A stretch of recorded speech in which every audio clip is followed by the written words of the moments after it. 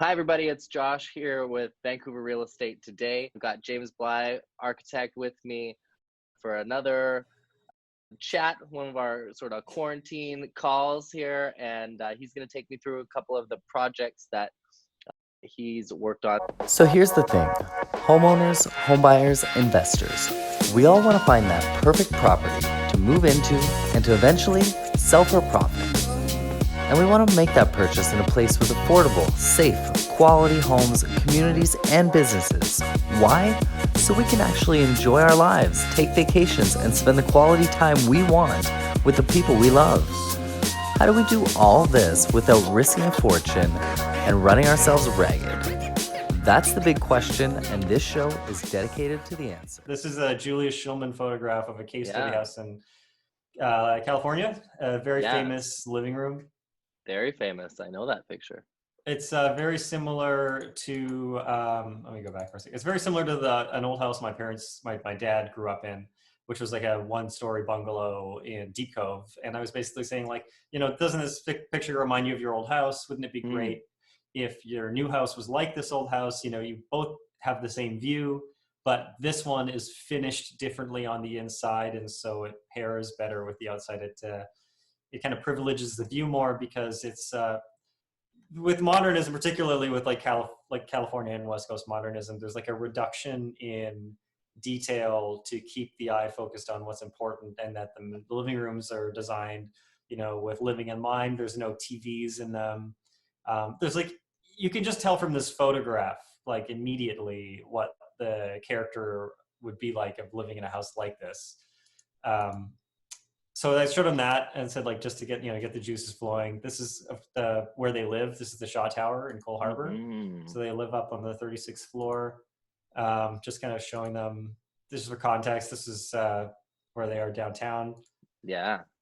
And then this was their existing layout. So they had a U-shaped kitchen, and they had 3 swing doors into a den. And they had you see this like thick black line that kind of butts out like this? Can you see it? Yeah. Can you see my mouse? I can, yeah. Okay, great. So that was the electric fireplace, and you can see that it actually blocks the last window in the apartment. It's horrible. So I was pointing that out and saying, well, this is how your room is. This is how you're currently laid out. And that furthermore, they had this island. I was talking about the U-shaped island. You can see that it's 2 heights. And sometimes people will do this because they can put plugs on the upstand. Yeah. But because of the way it was designed, the higher level is at the 42 inches, which is a really high bar height, and it's the rail is so thin. Like, I think the designers may have thought that it would be like a bar rail where you serve drinks, but it's too thin, so you can't really put your plates. You can't really eat there. Right. So that was another criticism I had. This is a photo of the old place. There's that electric fireplace, so you can kind of see it there blocking the windows. Yeah. It's hard to see on the right, but there's a chandelier here that also blocked views from the kitchen. Okay. Yeah, so this is just it. This is it before we started. This is the kitchen with a dark black countertop. This is the sink. They drove them crazy because the one bowl on the right, you can see it's like I think it was supposed to be like a rinsing sink, the right one, but it was so shallow that if you turned the faucet on, you would splash yourself, and it didn't fit any bowls in it. So that was a bit of a surprise. It's just the deck. Let's see. Then some inspirational shots that I showed them about like why they are where they are and why they chose their view. Houses that were the most like the old house that my dad grew up in, and what was great about those houses and what they had and what kind of characterized. This is the house that my dad grew up in here, this one. This is on Beachview Drive. Basically, it does have a little basement, but it was a 1-story bungalow with. What 100 block of Beachview? This is 810 Beachview, so this would have been between, Mount Seymour Parkway. Yeah. So if you were to just drive all the way down the Parkway and turn right, you'd find this house pretty soon. Because I think I was at I want to say 690 Roslyn. So really, we were just like a couple blocks from each other. Yeah, you were probably near a pathway that led you down to the beach. Yeah. This house was next to that path, so you may have walked past it. Yeah, so this is some of the inside shots. This is the living room. You can see no TV is in it, and it's got this carving on the wall, which is this a big solid wall, gives it a nice white space. This is another house. This is a Patco project on Quadra. It's probably the best current example of West Coast modernism, like in terms of the most pure. You know, it's like on its own. It's in a beautiful West Coast landscape. It's perched on a rock. It's overlooking the ocean, and it's got floor-to-ceiling glazing. You know, like this. Wow. To me, represents kind of like the apex of what you can expect from West Coast modernism in like at least contemporary terms. And then these are just, I'm going to fly through these now because I realize I'm kind of taking. No, it's fine. But so these are just some inspirational photos. This is again, so this is another one of the house. Basically saying like what I think would do well to if we were to renovate their house, storage. Let's just do this one today. We can come back to the other your apartment one another day rather than jam them in. It'll be fun. I think that's a good idea. I think that's a good idea. And so if you have any questions about any image, just say stop. But I'm just going to it's fine. Flying through. Just because it was West Coast modernism, it was very similar to mid-century modernism. I mean, it's the same era. It's just a different location. But like one of the things that all those homes were known for is they were kind of like machines for living. So like you can see in the Beachview house, it had like the ironing board was integrated into the wall, and I liked things like this where the microwave is integrated, so you don't have to see it. Same thing with these storage solutions. I love this like tea cart that the wall folds down and becomes a table with the tea cart. Different kind of directional lamps. I was thinking about lights that were not distracting. This is something I did not get to do that I'm still interested in. Is I love this left-hand light switch, the kind of aircraft switch. Yeah. It's got a very satisfying clicking sound, which is great for my love of haptics. But it's not as accessible as the standard paddle, which you can kind of slam with your fist. You know, if you had osteoporosis, or if you had weak muscles, that the paddle's actually quite nice. Integrating planting, having a much more functional faucet, having a nice dish drying cool. rack. Like that, different kind of integrated sinks. Oh yeah, okay, the renderings. So I'm about to jump into renderings. So this was the kind of the final rendering I made, where I built the model in 3D and then rendered it and then photoshopped it. So this is like a heavily photoshopped image, and some things in this rendering did not survive the final design, which I'll show you at the end. So you can see, you might be able to see in the front two like black lines. That was supposed to be a toaster that was under the countertop, and that your toast would like come up through the counter. As it turns out, that is not to the electrical code. So you can't have a toaster underneath a working surface, and you also can't have like upwards facing outlets.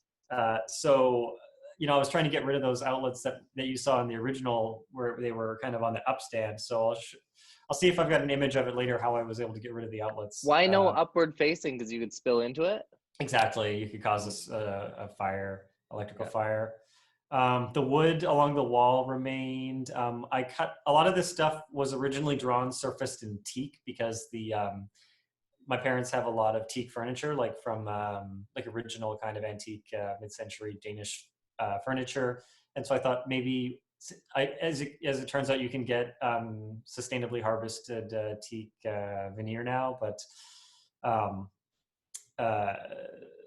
in the end, I found it to be a bit too opulent, and so I went with it. Ended up turning into gray paint, which it helps control the budget, but also helped keep your eye on the actual Danish teak furniture, which is kind of like a masterwork in its own detailing, and so it felt more appropriate. But you can tell me what you think when I get to the photos. I still think that's pretty good instincts to start out with in Cole Harbour, to go for opulence. That's where the $14 million apartments are. That's true. And there's some details that are still a little bit on the opulent side, but as you can probably tell from the view out this window, the view is really the best part of the apartment. And Yeah. so the design is kind of more in keeping with the mid-century and West Coast modernist aesthetic, which is to say things are typically pared down, or the materials themselves are displayed kind of in their raw qualities.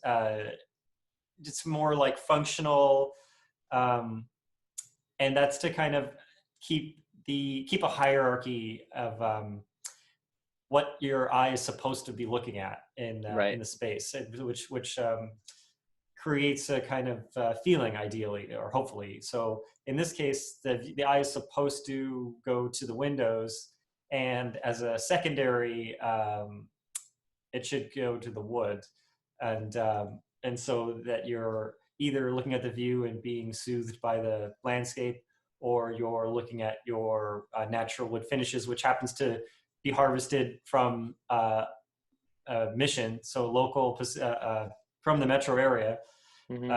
So that it's all very kind of local. It makes you feel like you're in place. You know, with a lot of these condos, because they're made of concrete, and a lot of them have a lot of white drywall, they kind of feel like they could exist anywhere. And of course, they do exist just about everywhere on the planet now. So it's nice to kind of find some finishes and some details that make the condo feel like it belongs to its place, that it belongs with the view out the window. This was the view looking back at the apartment. I was trying to suggest that, like, when you're looking out at the view, that the view should be prioritized, but that when you're looking back at the apartment, that it should still be nice in and of itself. Yeah. So things that did not survive, this couch did not survive. We ended up keeping the couch they had, but reupholstering it. And the bar stools became black because they felt the red was a bit of a distraction. And there was a couple of changes to the kitchen. The other change was we added handles to the wall. All the millwork, all the cedar you're seeing is actually storage. So cool. And so, like, for example, there is actually a TV behind this wall, but the TV is supposed to be put away behind the wall so that when you have guests over, the TV doesn't dominate the room. Instead, if you're looking around, you're either looking at your guests, or you're looking at the books, or you're kind of like, you know, like the space of the size of the living room is kind of designed to have you kind of sit and face each other and just chat or look out the window. You don't feel like you're at Boston Pizza where there's a big TV in front of you everywhere. That's right. Yeah, in fact, I friggin' hate those bars for Me TVs. too. Yeah, and whenever I see TVs in a bar, I think, they must. I mean, sometimes if it's a sports bar, it's designed specifically for watching TV. I get it, but some places have that are not, don't seem to be designed to be sports bars. I feel like they put the TVs in as like a last ditch effort to like get people to come in during a big game. So anyway, this was the existing layout. You saw that already. The proposed layout is slightly different. I'm going to jump back and forth a little bit. So the existing has the fireplace. Yeah. And the proposed, you can see it's been straightened out on the left wall. And then what else can I say? I also what's the black line that pops out in the proposed layout? Let's see, this one here. Yeah, that's TV. It's on a bracket and it can be pulled out in front of the doors and float, or the doors can be opened. Yeah, that was the TV. Cool. Okay. This is a coffee table that I got rid of. I originally designed like a really big coffee table thinking it would be really cool, but then I just felt like it was actually a lot more generous to have a very small table that they already owned and to leave the living room open and give you some relief. It's actually, something that one of my old professors told me once is that, like, the greatest display of wealth sometimes is nothing, is like a void, because by putting nothing somewhere, you're saying that you don't need to assign it value, that you can afford to put nothing there. Like, this was when he was talking about a lawn downtown. Like, I had done a design for it was actually a design for the Vancouver Art Gallery that I did as a student project. And I put a lawn in front of the gallery, and he said, like a gallery today downtown would be unlikely to build a lawn because they would need to use every square foot they have for artwork in the building. Anyway, I'm kind of going off track, but No, it's fine. so anyway, the living room I thought was much nicer as a spacious thing. Okay, so here's one other thing in section. So you can see below is existing with that upturned rail, and then the proposed, you can see it's lower and it's flatter, and you can see the bar stool that's kind of going up against it. It's a little hard to tell, but I also put a footrest here. So actually, I like that. in reality, what is there now is the bar stool has a footrest and the kitchen island has a footrest, and they're different heights. And what people do is when they get uncomfortable, they switch their posture and they put their foot on the other footrest, and they kind of go back and forth between one footrest and the other footrest so that they're always comfortable. And so that turned out great. Another detail we did, you can see the original had a coffered ceiling, like the drywall turned down and turned back up, and it even had these kind of like craftsman doors, like with the glazing in the middle. So it was like it felt like a house kind of built out of the 90s in some ways, like because it had some of those details where like the drywall was kind of boxing up and down, trying to look like maybe something Victorian, but it didn't have any molding. So it was like half modern and half like, I'm not exactly sure. So I flattened it out you can see the top here flattened out, and that was another attempt at reducing the visual noise to keep your eye pointing towards the windows. And then they also had like, I don't know this for a fact, but just from my own experience working on condos to date, that the bigger the window, the more expensive it gets. So you either have to make the glass thicker or you have to add more mullions. So I'm not exactly sure what happened on the Shaw Tower, but you can see how the glass doesn't go all the way down to the floor height. It pops up, and so I use that as an opportunity to put a bookshelf around the bottom of the windows to make it look like the windows were intentionally set at that height, as opposed to what they were before, which is they were on a curb. So it looked like the curb was just built up to meet the windows, whereas now it looks more like the windows were always exactly where they were supposed to be. Some architects have done that. I've seen it in Denmark. There's a famous museum called Louisiana MoMA, where the windows only go halfway down the wall, but outside of the building is a lawn, and the lawn goes right up to the windows. So you're half above ground, you're half underground, but you feel like the windows are exactly perfect. Okay, so now I'm going to show you the process images. This is the Revit. This is the 3D image program, or 3D modeling program.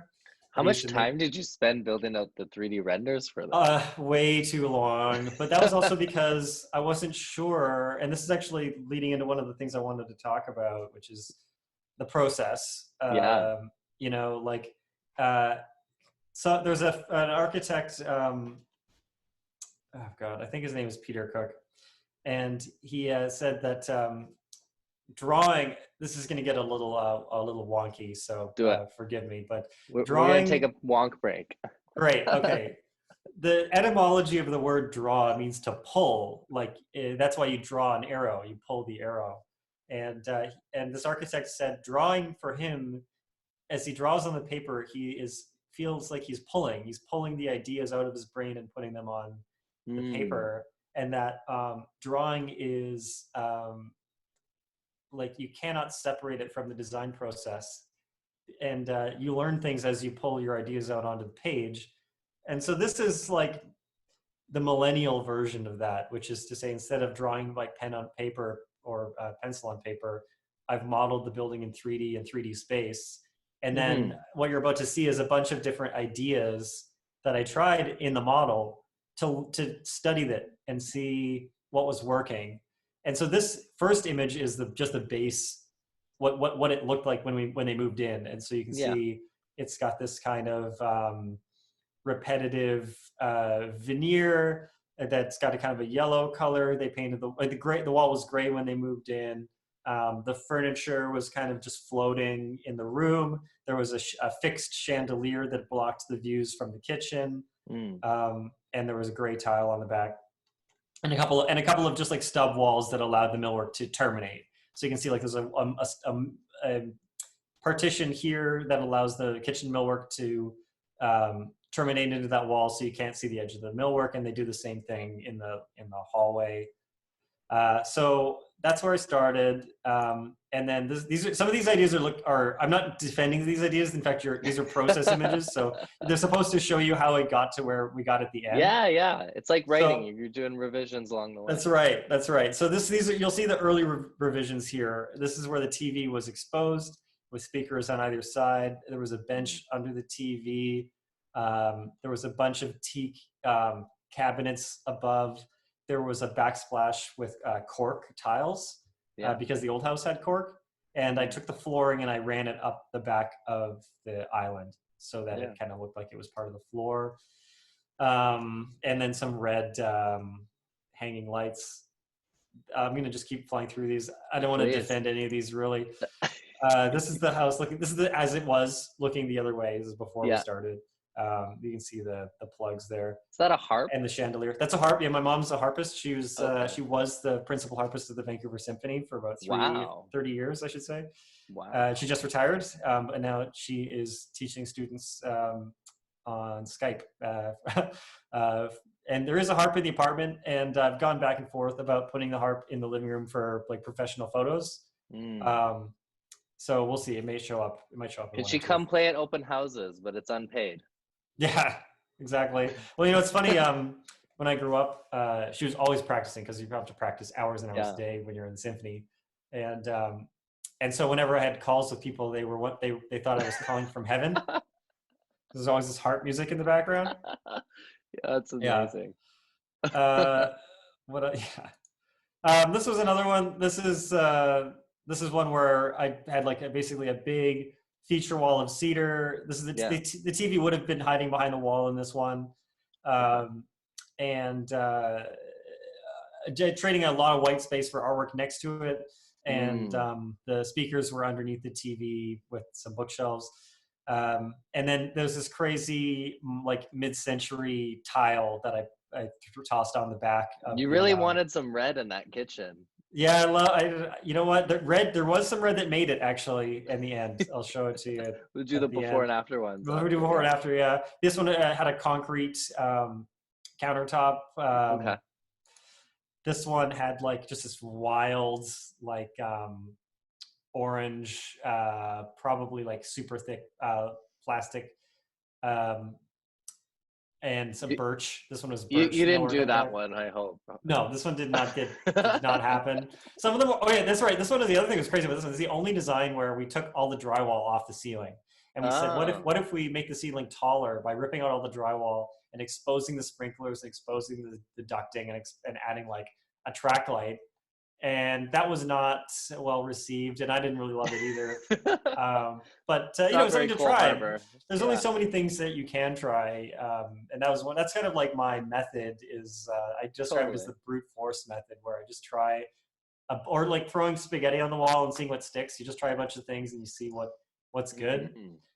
This one's not so dissimilar from the previous one, although I thought about replacing the floor with a cork floor. In the end, we didn't have the budget to replace the flooring, so we just kept it. This is my least favorite. This one, I tried to tilt out one of the walls so that you could, because the walls on the outside were angled. So I thought, well, what if we just follow the angle of the outside glass? But it blocked the view even worse than the fireplace. And so this one got thrown in the dumpster pretty fast. There's another one with an exposed ceiling. That's better. It's getting a little closer to what it ended up being like. It starts to kind of head towards one thing. You can start to see like I start connecting all the cedar together into like one run, and that becomes something consistent. I tried and failed to do like a autumn color scheme because the original house had that. You can see even in this rendering, you can see like that kind of like autumn tile there. And so I was trying a bunch of different tiling patterns at one point. In the end, all of this tile, or almost all this tile, the tile in the back in the kitchen became stainless steel. Again, reducing visual noise and keeping the eye like on the wood. Yeah, that makes sense. And in some places, it became like fabric, like it became raw linen, which has quite a nice look. So I was trying different things. I was trying like a red, different colors, solids. What else do we have here? I tried drapes at one point. There's a green drape there on the side. you know, like trying to see how much of the back of the kitchen should be like just like pure kind of like sterilized white, and how much of it should be wood. This is like an all white kitchen, for example, versus like a wall of wood next to it. So they kind of pair that way. And then here's one where it's all wood, you know, and too much.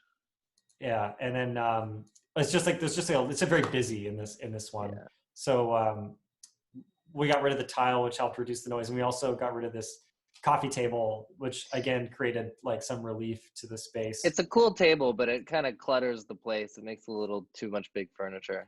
Yeah. Okay, so I'm gonna now that we've got to the end of the presentation, now I'm gonna jump to the real photos, and then I'll show you a couple of things in the drawing inside the actual drawing package.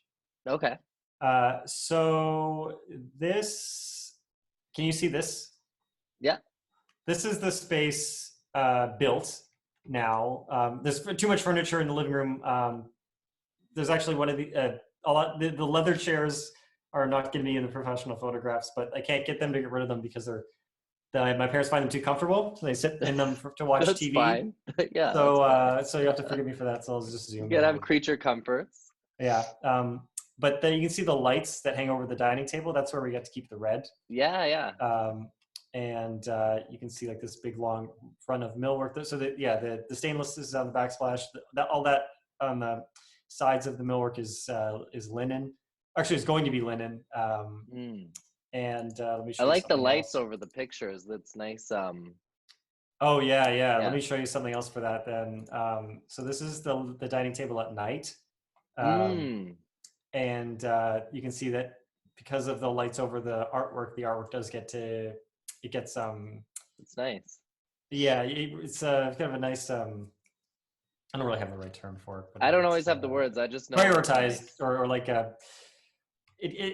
you know, like at night you don't need to look at everything at night. There's exactly. Yeah. There's the lighting is only where you need it. So this is the dining table. This is a similar idea to that. You know, the lights in the living room are off right now, but like you can kind of zone the lighting. Yeah, it's great for evening. And these lights, I'll show you a video. Those lights. This is the thing I'm most proud of in the whole project. These lights hang from their power cords, and I designed these lights with an industrial designer called Propeller. There's Erin in the corner, and you can see they're connected by their power cords. And so she pulls down on the cords on the end, the lights lift up to the ceiling. Cool. And we don't have really the cover plates on in this video, but basically what it is that when you're in the kitchen and you're looking out at the view, you can pull the lights up to keep them out of the way. But then when you're having guests over, you can lower the lights for a more intimate experience. It helps reflect the sound back down to the table, and it's also good for kind of mood lighting. That's one of those details that only an architect puts in. Yeah. It was a tough detail. It was the majority of the lighting budget was this one light. But I'm really happy with how it turned out. It's on a counterweight system, so the three cables are in a pulley system that connect to power on the end of the wall. And the growlers were the counterweight at the time. They were kind of now they've been replaced with a howitzer shelf because my dad was in the artillery reserves, so they gave him an artillery or a howitzer shell, which is the same weight as the lights.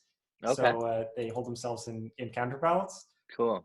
Maybe I'll just quickly jump to the drawing page for this, so I can kind of explain it at the same time. So this was, hang on a second. Here was the drawing I did of that light that you just saw. So you can see that each light hangs from a pulley that's behind the drywall, and that there's another pulley here by the window. And so the three lights added together equal the same weight as this counterweight. And then it's the weight of the friction against the rubber cable against the steel pulley that allows the light to sit at any height without changing the weight in the counterweight, if that makes sense. So they can move it up and down without having to worry about it like flying off and crashing down on the table. Right. And that was a tough one. The other thing that was super tough about that was even just getting the paint color. So what we did is we went to their shop and they gave us a light bulb, and we held the light bulb against a bunch of different shades of red paint that were like painted onto a piece of metal. Yeah. And then we found that even though this light the paint looks like almost orange. Mm-hmm. The paint color we used was like a dark cherry, like lipstick red. It doesn't look anything like this when the lights are turned off, but the Yeah. yellow bulb light plus the red paint color equals this kind of reddy orange. And the reddy orange was the target because that's like a color that feels like it's out of the 50s or Mm-hmm. mid-century modernism. So it kind of goes with the period that we're trying to recreate. What And a that cool unfortunately feature. don't really have a great photo of it. Again, like I haven't been focusing on taking photos on this project yet. We got a professional photographer coming in, but it pairs well with the couch. And Mm. the couch was a crazy choice, blue. And it took me a long time to get behind the blue couch, or to come around to the idea of a blue couch. But what it was my wife and I went to Scandinavia. And when we were there, we went there primarily it started as a pilgrimage to go see my favorite architect, Alvar Aalto, and his work. And we got to tour his house, and inside his house, it had wood everywhere, and then it had this blue couch.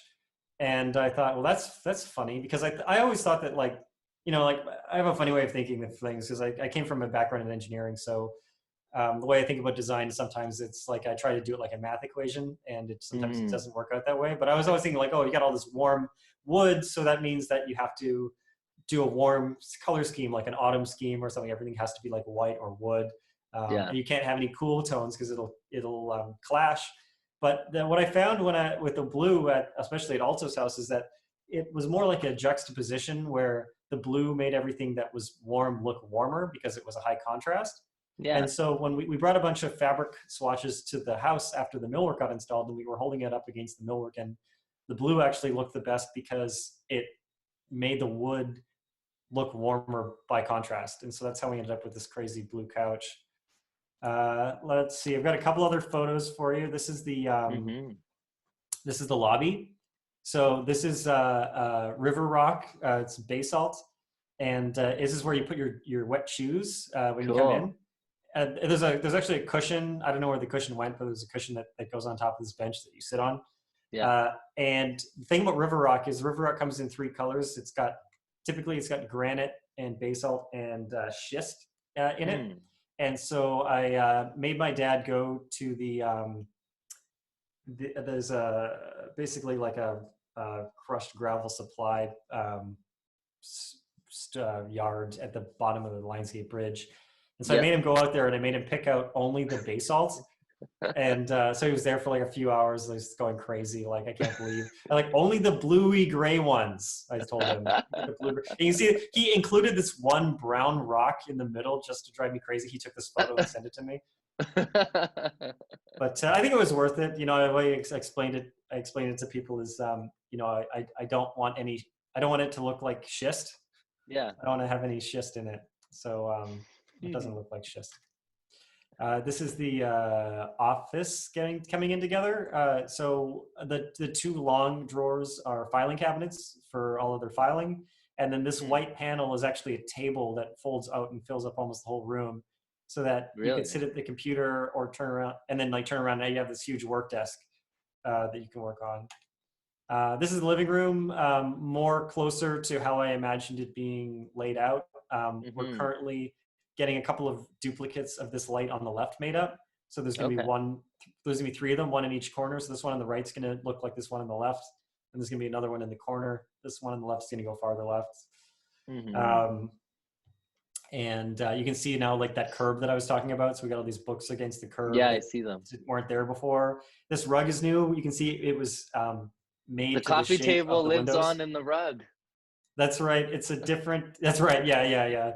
And the rug is so great too. The rug actually has a resilient mat underneath it. So it's super soft, and it's made of wool.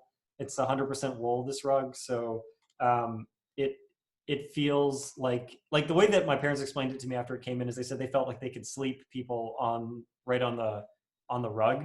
And they don't like leaving the living room anymore, because it's like at the softest floor in the whole apartment, because everything else is like limestone or hardwood. So this is like their little island that they escape to. That's a good place to escape to, with the view and the living in the living room. Yeah, you like that. Let me jump around a little bit. This is the Sure. planter we did. It's an aluminum planter set inside a plywood box. Mm-hmm. And they got this grow light, which is not going to be in the professional photographs, but I wasn't sure if they were going to use it or if anything was going to grow, but they've really been using the crap out of it. There's another one that's kind of hiding behind the back, and it gets enough daylight in the morning, plus with the grow light that they've been able to grow a ton of different herbs, which they hadn't, like they went from a house. Herbs. Like, yeah. I think their strata has some restrictions, I think. But what can I say about that? The old house was like living in a jungle, Beachview. Yeah. There was so much landscape outside of the house. Like the house was like a tiny fraction of the lot.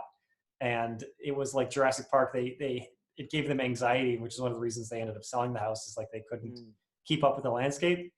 But they can keep up with these planters, and they're actually quite happy to have like an amount of garden that they can maintain without tearing their hair out. And now they put it in all their cooking. So I'm really glad that ended up getting used.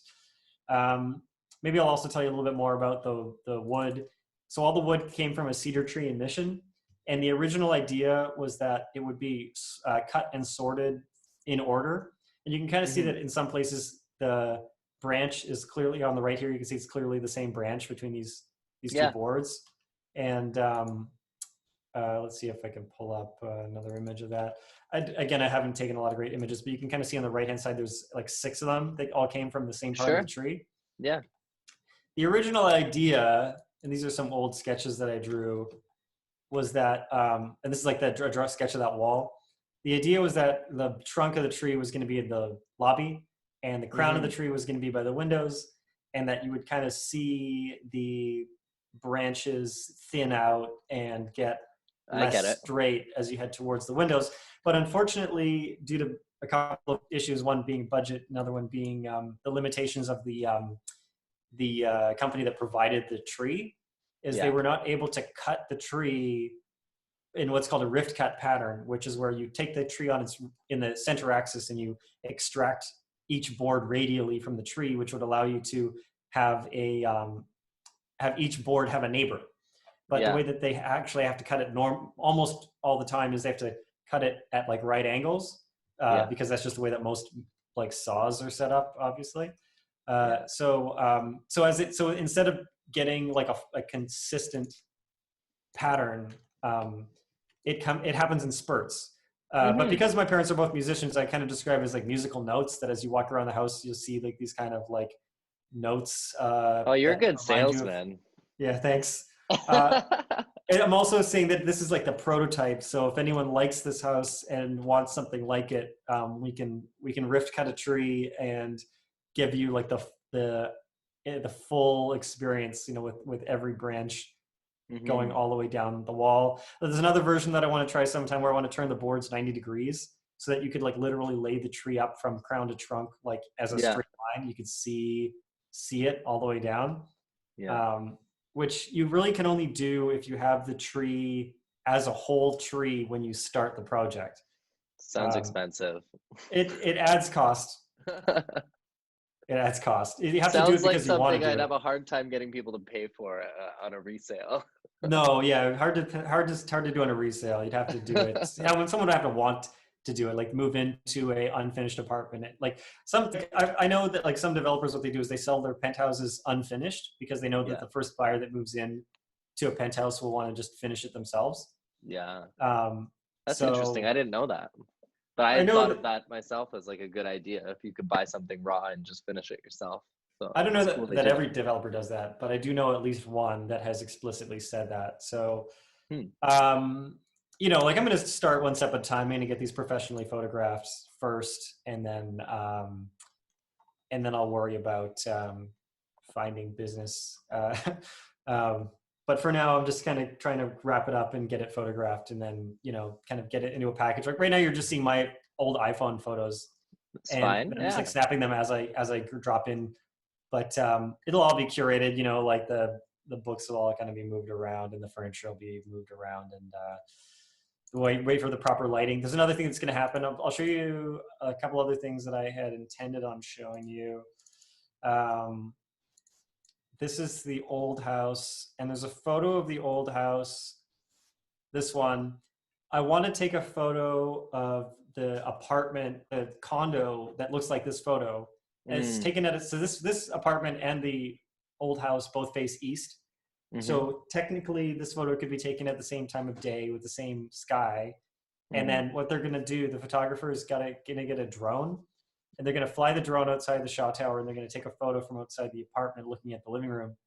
And I'm hoping that it'll look halfway between this photo and that Julia Schulman photo of the case study house that I showed you at the very beginning. Yeah, that'd be really cool.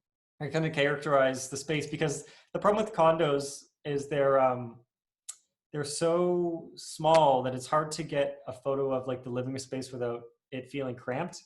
But when you go outside the house and take a photo facing in, you can kind of sometimes capture more of it without that issue. I don't know if I've got much else. I'll just go. I guess the only thing I'll show you that I haven't shown you yet is the drawing set itself. Let's talk a little bit about the actual, actually the making little drawings circles and triangles that I don't. That's understand. right. And if there's any particular questions that you might have about any page, I'll just start, and then you let me know if you got any questions. Oh, I know you also got another call coming up. I got 5 minutes. We're all right. You're 5 minutes? All right, let's just scream through. Unless you got something specific you want to ask right away that you saw. No, I started last night and I felt overwhelmed. All right, I'll just give you a very quick synopsis then. Show me your favorite parts or your favorite details, maybe. Sure, yeah, I'll do that. So one of the things that I did, because Revit is a 3D modeling program, what it does is it allows you to take a 3D model, which is represented by these first two pages, and it allows it to convert it into 2D drawings. That the drawings in the 3D model are actually the same thing. So one of the things that I was happy with besides the light that I just showed you is the umbrella stand. So I'm just trying to find a picture of it. In the bench. In the bench, yeah. Now I'm surprised. I thought that was very you. I don't know there if I it is. texted you. Yeah, so here it is here. It's made of metal, and what it is it's installed at a certain angle where it looks like it's coming, like floating out of nowhere, like it comes out of a black hole. Yeah.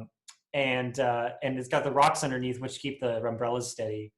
So I really like that detail.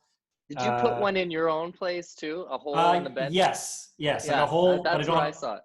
Don't have a piece of metal, but I've got the hole. Yeah. Another thing is the electrical. I was talking about the power sockets, right? So there's these 4 holes in the kitchen island, which allow you to thread a power cord down, and directly under the surface is a vertical plug that is mounted to this surface, so that it's still exposed and it's still meeting electrical code, and it's not at risk of water damage. So that was another one that I was really happy with. This looks like a little cuckoo clock door. There's a microwave behind that.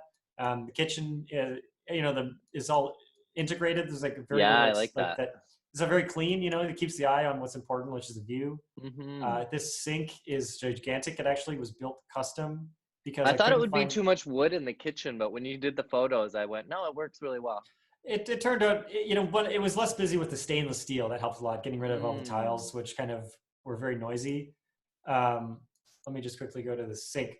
So this sink is bigger than you can get normally. I was really surprised that sink companies, like, they'll sell you one giant sink or a double sink that has 2 medium-sized sinks, but they won't sell you 2 giant double sinks like side by side.